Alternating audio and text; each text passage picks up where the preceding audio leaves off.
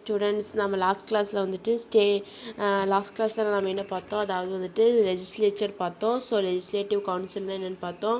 Next legislative assembly பார்த்தோம். Election, அந்த அசம்பிளிக்கு வந்துட்டு எப்படி எலெக்ஷன் நடந்தது பார்த்தோம்.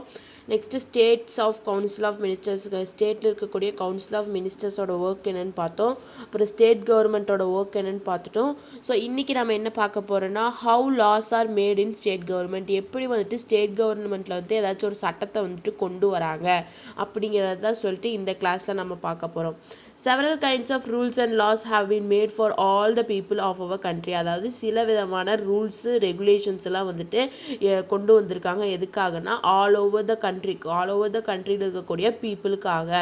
ஃபார் இன்ஸ்டன்ஸ்னால் ஒரு எக்ஸாம்பிள் மாதிரி, there is a law that you cannot keep a gun without having a license for it, அதாவது ஒரு லா இருக்குது, ஒரு சட்டம் இருக்குது. என்ன சட்டம்னா, கன்று வச்சுருக்கோம் அப்படின்னா வந்துட்டு அதுக்கு வந்துட்டு லைசன்ஸ்னு ஒன்று வாங்கியிருக்கணும். எப்படி நம்ம 2 வீலர் 4 வீலரெலாம் ஓட்டுறதுக்கு லைசன்ஸ் வாங்குகிறோமோ அதே மாதிரி கன்று இருக்கிறக்கு, ஒருத்தர்கிட்ட கன்று இருக்குது அப்படின்னா அவங்களும் வந்துட்டு லைசன்ஸ் வாங்கி தான் வச்சுருக்கணும். வாங்காமல் லைசன்ஸ் இல்லாமல் கன்று வச்சுருக்கக்கூடாது அப்படின்னு ஒரு லா இருக்குது.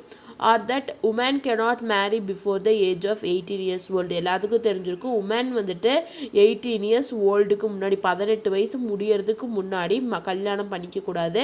And men cannot marry before the age of 21 years, அதாவது மென் வந்துட்டு 21 years ஏஜ் ஆகாமல் அவங்க கல்யாணம் பண்ணிக்கக்கூடாது இப்படிங்கிற சட்டம் வந்துட்டு இருக்குது. These rules and laws have not been made just like that. இந்த ரூல்ஸு, இந்த ரெகுலேஷன், இந்த சட்டம்லாம் வந்துட்டு சும்மா ஈஸியாக வந்துட்டு மேக் பண்ணிட முடியாது. People elected their government who thought carefully before making such laws. People வந்துட்டு எலெக்ட் பண்ணக்கூடிய கவர்மெண்ட் வந்துட்டு கேர்ஃபுல்லாக அதை வந்து திங்க் பண்ணி அதுக்கப்புறம் தான் இந்த மாதிரி சட்டத்தை எல்லாம் அவங்க வந்து இயற்றுவாங்க. A lot of such laws are made by the state and central government. அந்த மாதிரி பலவிதமான சட்டத்தை வந்துட்டு இந்த ஸ்டேட் கவர்மெண்ட், அதாவது மாநில அரசாங்கமும் மத்திய அரசாங்கமும் வந்துட்டு கொண்டு வந்திருக்காங்க. இந்த legislative assembly meetings MLAs discuss a number of topics like public works, education, law and order and various problems faced by the state. அதாவது லெஜிஸ்லேட்டிவ் அசம்பிளி மீட்டிங்கில் வந்துட்டு எம்எல்ஏஸ் வந்துட்டு என்ன டிஸ்கஸ் பண்ணுவாங்க அப்படின்னா, பப்ளிக் ஒர்க், அதாவது பப்ளிக் இப்போ ஒரு பாலம் கட்டுறாங்க, ஒரு டேம் கட்டுறாங்கன்னா அந்த ஒர்க்கை பற்றி டிஸ்கஸ் பண்ணுவாங்க. நெக்ஸ்ட்டு எஜுகேஷன் கல்வித்துறையில் ஏதாச்சும் ப்ராப்ளம் இருக்கா, அதில் என்னென்ன நல்லாதான் போயிட்டுருக்குன்னு சொல்லிட்டு அங்கே நடக்கக்கூடிய ஆக்டிவிட்டீஸையும் வந்துட்டு அவங்க இது பண்ணுவாங்க. Next law and order problems, ஒரு ஸ்டேட்டில் வந்துட்டு ஏதாச்சும் லா அண்ட் ஆர்டர் ப்ராப்ளம் இருக்கா அப்படின்னு பார்ப்பாங்க. இல்லை பலவிதமான வேரியஸ் ப்ராப்ளம்ஸ், இது மட்டும் இல்லாமல் நிறைய ப்ராப்ளம்ஸை வந்துட்டு இந்த ஸ்டேட் கவர்மெண்ட் வந்துட்டு ஃபேஸ் பண்ணுவாங்க. ஸ்டேட் கவர்மெண்ட் ஃபேஸ் பண்ணக்கூடிய மற்ற ப்ராப்ளம் எல்லாத்தையுமே வந்துட்டு அந்த லெஜிஸ்லேட்டிவ் அசம்பிளி மீட்டிங்கில் எம்எல்ஏஸ் வந்து டிஸ்கஸ் பண்ணுவாங்க. The MLAs can ask a question to know about the activities of the ministers which the concerned minister have to answer. அதாவது எம்எல்ஏஸ் வந்துட்டு மினிஸ்டரே வந்துட்டு கொஸ்டின் கேட்கலாம். அதாவது இப்போ ஒரு எஜுகேஷன் மினிஸ்டர் இருக்காங்க, ஒரு எம்எல்ஏ இருக்காங்கன்னா எம்எல்ஏ வந்துட்டு அந்த எஜுகேஷன் மினிஸ்டர்கிட்ட எஜுகேஷன் வந்துட்டு என்னென்ன மாறுதல்களாக வந்திருக்கு, நீங்கள் இப்படி பண்ணியிருக்கீங்க, இதுக்கு என்ன காரணம் அப்படின்னு வந்துட்டு அந்த கொஸ்டினை வந்துட்டு இந்த எம்எல்ஏஸ் வந்துட்டு மினிஸ்டர் கிட்ட ரைஸ் பண்ணலாம்.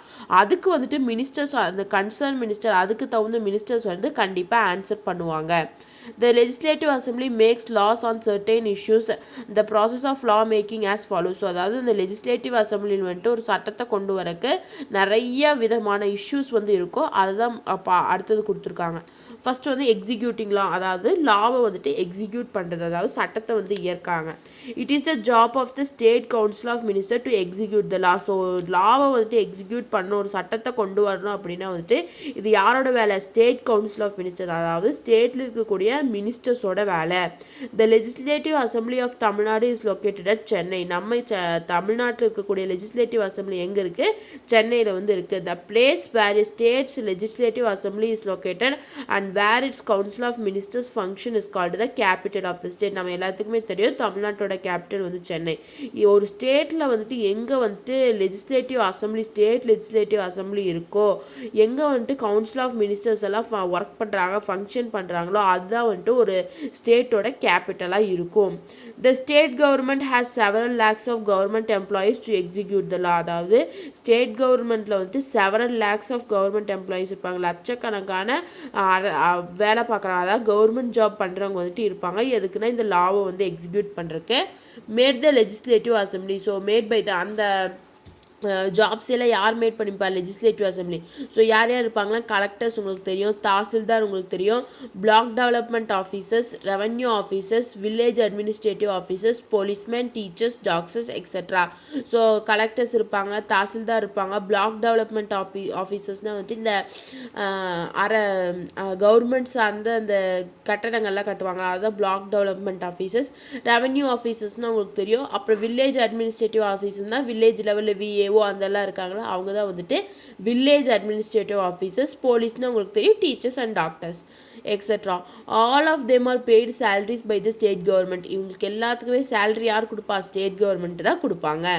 தே have to follow the orders of the state government. அவங்க ஸ்டேட் கவர்மெண்ட்க்கு சொல்கிற ஆர்டரை வந்துட்டு ஃபாலோ பண்ணி நடக்கணும் அப்படின்னு சொல்கிறாங்க. இதுதான் வந்துட்டு எக்ஸிக்யூட்டிங் லா.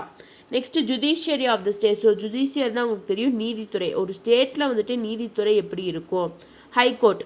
இந்த ஹைகோர்ட் உயர் நீதிமன்றம்னு சொல்லுவோம், சுப்ரீம் கோர்ட் தான் உச்ச நீதிமன்றம்.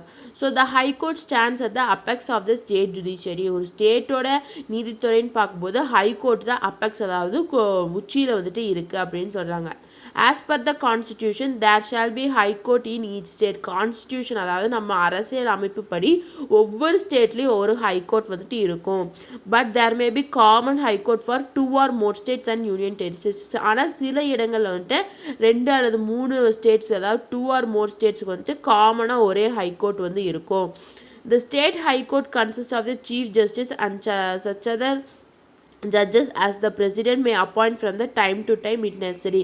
ஸோ இந்த ஸ்டேட் ஹைகோர்ட்டில் யார் இருப்பா? சீஃப் ஜஸ்டிஸ் இருப்பார், அதாவது ஜட்ஜ் இருப்பார், அண்ட் சச் அதர் ஜட்ஜஸ். அது மட்டும் இல்லாமல் சில ஜட்ஜஸ் இருப்பாங்க. அவங்கள வந்துட்டு யார் அப்பாயின்ட் பண்ணால் பிரசிடென்ட் வந்துட்டு டைமுக்கு ஏற்ற மாதிரி அவங்க வந்துட்டு அப்பாயின்மெண்ட் பண்ணுவார். The number of judges in a high court is not uniform and fixed. High கோர்ட்டில் இருக்கிற ஜட்ஜோட நம்பர் வந்துட்டு யூனிஃபார்மாக இருக்காது, ஆனால் அதே மாதிரி ஃபிக்ஸ்டு நம்பராகவும் இருக்காது.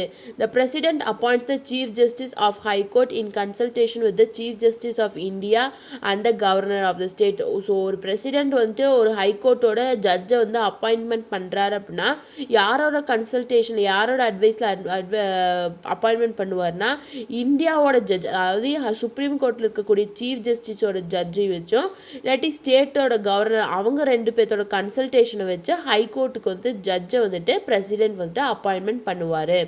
A judge of high court must have the following qualification. ஒரு ஹை கோர்ட்டில் ஜட்ஜாக இருக்கணும் அப்படின்னா அவங்களுக்கு பின்னாடி வரக்கூடிய குவாலிஃபிகேஷன்ஸ் வந்துட்டு தேவை. First he must be a citizen of India. இந்தியாவோட குடிமகனாக இருக்கணும்.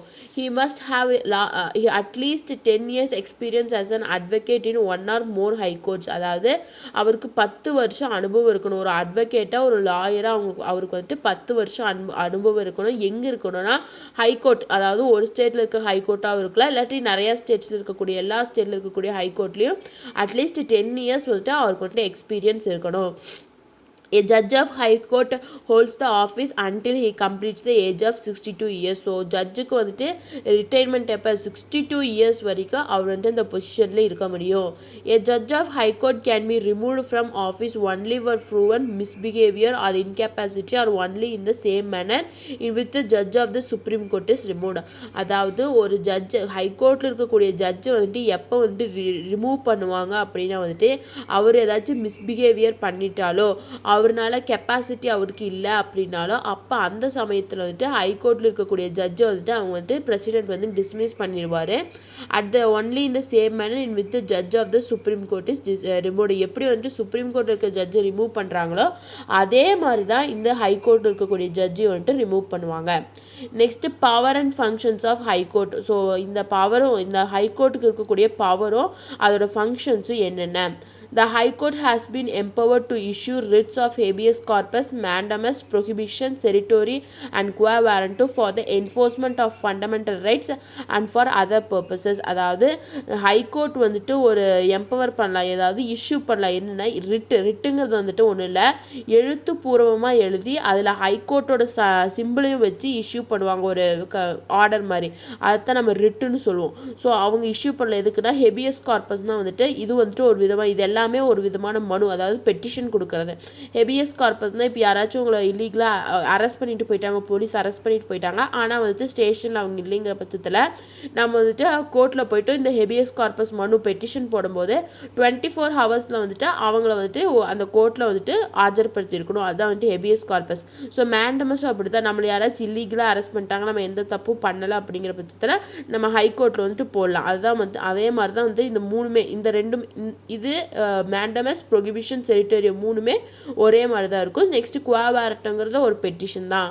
ஸோ இந்த ஹைகோர்ட்டில் வந்துட்டு இதுக்கெல்லாமே வந்துட்டு இஷ்யூ பண்ணுறதுக்கு எல்லா விதமான ரைட்டு இருக்குது. எதுக்குன்னா ஃபண்டமெண்டல் ரைட்ஸ் வந்துட்டு என்ஃபோர்மஸ் அதாவது காக்கருக்கு, அதாவது வந்துட்டு அது இல்லீகலாக போயிடாமல் அது வந்துட்டு எல்லாத்துக்கும் கிடைக்கிறதுக்காகவும் இந்த இஷ்யூ வந்துட்டு அவங்க வந்துட்டு இந்த ரிட்டை வந்துட்டு இஷ்யூ பண்ணுவாங்க. இல்லாட்டி அதர் பர்பஸ்க்கு வேறு ஏதாச்சும் காரணங்களுக்காகவும் அவங்க வந்து இஷ்யூ பண்ணலாம். Every high court has a general power of superintendence over all other lower courts and tribunals. அதாவது எல்லா ஹை கோர்ட்டுக்கும் வந்துட்டு ஒரு ஜென்ரலான பவர் இருக்குது. எதுனா superintendence over all the lower courts. அதாவது இவங்களுக்கு கீழே வரக்கூடிய எல்லா கோர்ட்டை விட இவங்களுக்கு ஹையான ஒரு பொசிஷன். அதாவது சுப்ரீம் ஹை கோர்ட்டுக்கு கீழே என்னென்ன கோர்ட் வரும், இந்த டிஸ்ட்ரிக்ட் கோர்ட்ஸ், அதாவது சபார்டினேட் கோர்ட்ஸ்லாம் வரும். ஸோ அவங்கள விட இவங்களுக்கு வந்து சூப்பர் பவர் வந்துட்டு இருக்குது.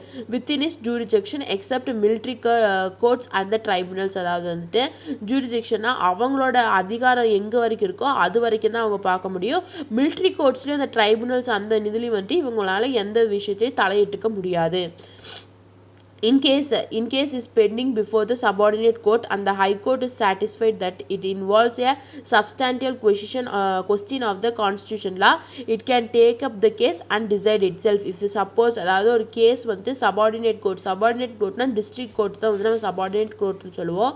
ஸோ அந்த subordinate courtல ஏதாச்சும் கேஸ் வந்து பெண்டிங் இருக்குது அப்படின்னா இந்த ஹை கோர்ட் வந்துட்டு அந்த கேஸை எடுத்துக்கிட்டு கான்ஸ்டியூஷன் லா படி அந்த கேஸ்க்கு வந்துட்டு ரிசல்ட், அதாவது முடிவை வந்து கொடுக்க முடியும், டிசைட் பண்ணிக்க முடியும். அந்த பவர் யார்கிட்ட இருக்குது, இந்த ஹைகோர்ட் கிட்டே இருக்குது.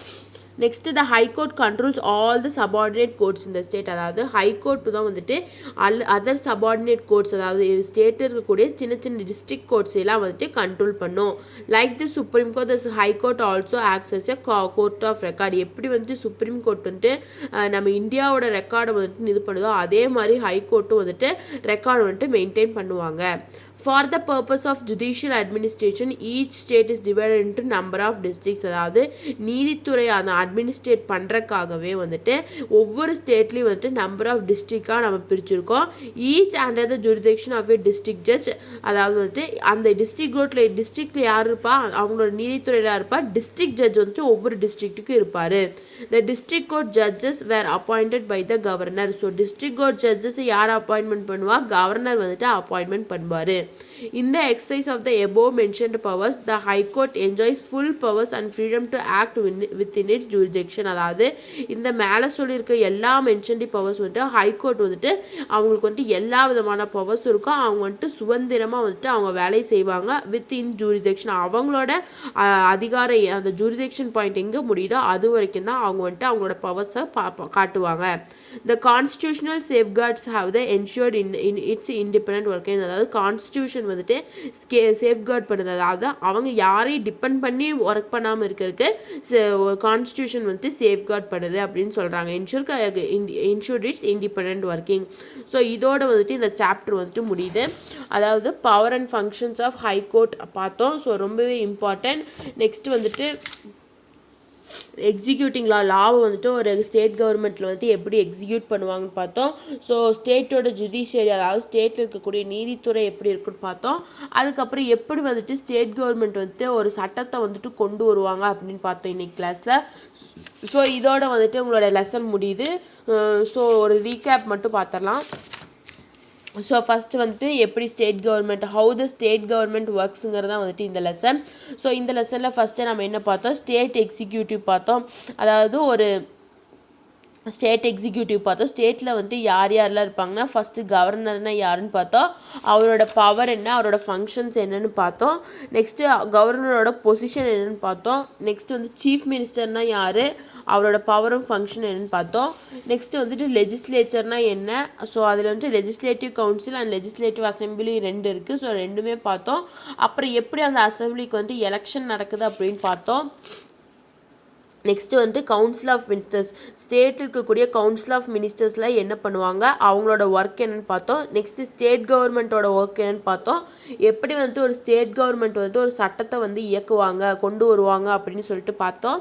நெக்ஸ்ட்டு அவங்க எப்படி கொண்டு வராங்கன்னு சொல்லிட்டு எக்ஸிக்யூட்டிங் லாஸ் அப்படின்னு பார்த்தோம். நெக்ஸ்ட்டு வந்துட்டு ஒரு ஸ்டேட்டோட ஜுடிஷியரி, அதாவது நீதித்துறை வந்துட்டு எப்படி இருக்குன்னு சொல்லி பார்த்தோம். ஸோ அதான் சொல்கிறாங்க. அப்புறம் வந்துட்டு கடைசியாக லாஸ்ட்டில் வந்துட்டு power and functions of high court, ஹைகோர்ட்டோட பவர் என்ன, ஃபங்க்ஷன்ஸ் என்னன்னு நம்ம பார்த்தோம். ஸோ இதோட வந்துட்டு இந்த சாப்டர் வந்துட்டு முடியுது. உங்களுக்கு ஏதாச்சும் டவுட் இருந்தால் கமெண்ட் பண்ணுங்கள், இல்லாட்டி நெக்ஸ்ட் கிளாஸில் கேளுங்க. நம்ம நெக்ஸ்ட் கிளாஸில் வந்துட்டு நியூ சாப்டரில் மீட் பண்ணுவோம். So thank you all.